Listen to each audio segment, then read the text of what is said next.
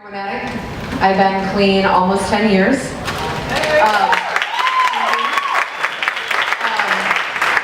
I subsequently went to prison because of my drug use. And my biggest struggle is breaking the stereotypes. I hear all the time, oh my gosh, you don't look like a heroin addict. Well, I hope not. That's kind of what I was trying to avoid at this point. If I still look like a dope fiend, then we have a serious problem. Thank you. My biggest struggles have really been struggling with kind of breaking those stereotypes of what does a drug user look like? What does the mother of black children look like? What does a convicted felon look like? Because I meet all of those requirements. And my biggest struggles have really been trying to overcome my felony conviction. I've been very, very lucky and very, very blessed to be surrounded by the people that I've really chosen to surround myself in life with, who have kind of created this path for me. I was never supposed to graduate high school, let alone be a PhD candidate. I was never supposed to live this long. I was never supposed to get out of prison. So every day I'm thankful for the things that I've been able to overcome. Struggles that I've had to go through pertains to the sexual abuse that I experienced as a child. Due to that, I developed a very strong complex and I always wondered what people thought about me. And it started as a kid and it's slowly starting to fade away, but I can just remember as a child taking up to 2 and 3 hours in the mirror to make sure that I looked well, that what people saw was okay. And at the end of the day, it's not about what other people think about you. It's about if you can live with yourself, and if you can accept that person that you see in the mirror. So that's one of the greatest struggles that I had to really push myself through. As it pertains to stereotypes, and I would probably say that my biggest struggle has been trying to go against being labeled as a B word, because when you're a black woman and you're strong and you're focused and you know what you want and you value being respected over being liked, people like to label you as a bitch. And I'm totally far from that. I just know what I want and I go for it. Also, another struggle of mine would probably be raising a young black son by myself, primarily. It's only because of God that I've gotten this far and doing so far. And I would like to ask everyone to continue to pray for me as far as that goes. But so far, God has sent a bunch of amazing young men in my life as it pertains to family members, non-family members, mentors. I have professors at my school who my son called Pawpaw. That's such a blessing. So that would probably be my 2 biggest struggles. My biggest struggle would definitely be just being a woman. So a lot of times I face situations where I've heard things being said like, oh, she's a woman, she doesn't know how to handle that. Oh, she's a woman, she can't carry that. Oh, she's a woman, she doesn't know about that. And really humbling myself to say, why do we think that way? You know what I'm saying? So really being able to really say, this space is for us, not just for you. And me being in this space allows me the space and the time to do the same things that you can do. So don't put me in a corner whenever we think about those types of things, especially being a hip hop feminist and blogger. I run a blog entitled sincerelybrene.com, and I really, in the hip hop world itself, it's more of she don't know nothing, put her to the side, she has no experience. So really being catty cornered a lot of times is still my struggle to this very, very day. So being woman is difficult, but that does not mean it's impossible. It wasn't until I was 18 years old that I went forward and told the public about the sexual abuse that I had experienced from the time that I was 2 up until 16. And I feel for like people in that situation, it's hard to tell someone else. And I did keep it in for a very long time. But when I did finally tell, I felt a burden had been lifted off of me. I felt very victorious. I felt very confident in myself. And sometimes you don't necessarily have to tell someone in order to get feedback from that person. You can just tell someone whatever you're going through in order for them to really hear your heart and really hear your soul. I quickly realized when I got out of prison that this was my last chance. And I had burned every bridge, but with everybody that I had ever come across with up until the point I was 25. So I knew that getting out and stepping out, that was my last opportunity. And so I really took an opportunity to kind of tell my story and really open up about why and how I had gotten to the point that I'm at now. And now it's almost been 10 years, and I just, maybe sometimes a little bit too much, but I'm like, oh, I was in prison. And they're like, wait, what? And I'm like, yeah, sorry, that's why that doesn't make sense. That's why I don't have any job history prior to 2005. But I always try to tell my story. I think it's an important story to tell. I know I'm an anomaly. I know that many of the women that I was incarcerated with are not telling the same story. So it can be done.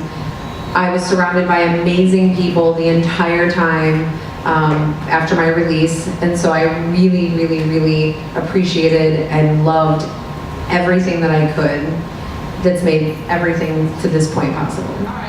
So most definitely I do share it. I encourage everyone in this room to always share your testimony. It might save someone else's life.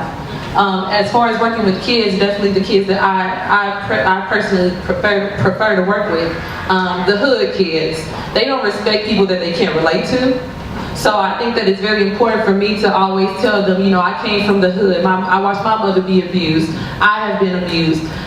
They respect me more, they listen to me more, because you know how sometimes you look at women, you're like, she can't tell me nothing because she's getting beat up right now.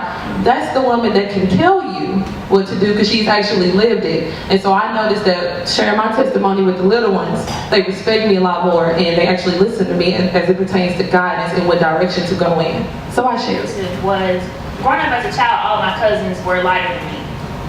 And I always got the jokes like, Blackie, Tar Baby, all you can name. So I constantly got those jokes, and at that time I had dreadlocks. My dreadlocks were really, really long.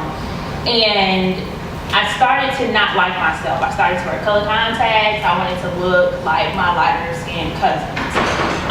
It wasn't until my freshman year of college that I really began to look myself in the mirror and say, who is Marchita? Who am I without being defined by my family and by my friends?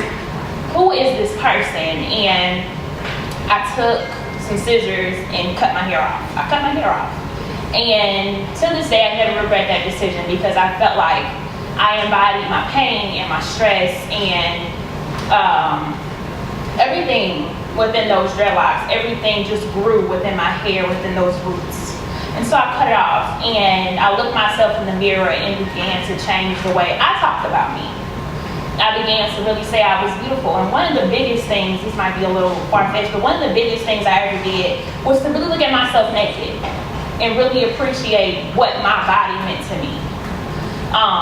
And really just saying my black is beautiful. And really practicing. I think we really need to understand the power of words. Really speaking that into existence and saying like, I'm beautiful. And also, for the ladies and everyone also. So, really self-reflecting and being kind of introspective. And I started to journal. I journaled every day and I really reflecting on my journey the other day, how much I spoke down to myself then and how good I am about speaking and changing my language now. Even going back to the person who oppressed you and saying, do you know that hurt my feelings? Because sometimes we don't really realize the words that we use to other people and how they affect them. So my cousins never knew, I didn't know that hurt your feelings. I didn't know this is happening to you. I kind of felt the same way because on my other side of the family, they're out of my complexion. So it was like this battle going on within my family that we didn't even realize until we sat down and had that meeting and we really had to reflect and say, you know, I'm sorry for making me feel that way. I didn't mean to do that. But it takes that time and it's a process. It's not just, I wake up in the morning and it's going to change. it's a practice. It's almost like yoga. You can't do the poses until you do it so many times, you know what I'm saying? So going through that process and being reflective and really documenting that time helped me. Yes. I feel like there is no threat to a woman's growth but herself. I feel like you can only grow as you allow yourself to. No man, no other woman, no professor, no teacher, no doctor, nobody in society, they can't dictate a woman's growth. And I feel like so many women today focus on that. And if you really, really, really think about your true potential, like there's no match for the woman. If you think about the woman, like she's such a magical creature. You think about a woman and you think about somebody who can house a child in their belly for 9 months. So how can there really be a threat to any woman? But I want to add something to that too and say one of the biggest things that does that is code switching. So a lot of times when we're in different spaces, we code switch. You know, we go to work, we got a certain voice. We go home, we got a certain voice. So it's not allowing us to be ourselves. It's not allowing us to be genuine. And it's allowing us to put on this face in front of these people and in front of these people. And I believe that society, because you know, stereotypes are based upon societal things pretty much. Society makes us do that in a way. It gets in our psyche, we don't realize we do it, but we do it. But it doesn't allow people to see us for who we are. And really, more so, I realized that when I code switch, not only does my speech change, but my whole persona changes. So by doing that, I'm not being genuine to myself and I'm not letting people know who I am. I'm not opening up that window, that door, so people can get in. Also learning that it's okay to be black and it's okay to be proud. It's okay to be black. It's okay to be a woman. It's okay to be from the north side. It's okay to be from the south side. It is okay. And until we give people that true self and people actually are open-minded and not oppressing us in that way, they will never really understand what that means. Does that make sense? And when I say that, I mean really being able to say what the other speakers were saying, congratulate another woman and really be reflective on that, but also being able to not criticize them first. We can't look at a woman and say, ooh, her shoes messed up. But hey girl, your face look cute. Like, no, those things don't go hand in hand. Really being able to not criticize other women and also valuing another woman's story. Because at times, if a woman is looking a certain way, ask her, how you doing, sister? Like, what's going on? You know, spill the beans. We want to talk. We don't take that time to really find out what's going on with that person before we pass judgment. Who are we to judge another person's story when ours ain't always that clean? So really, like I said, taking the time to value other women's stories and valuing other women, because honestly, if we didn't have women, what would we be?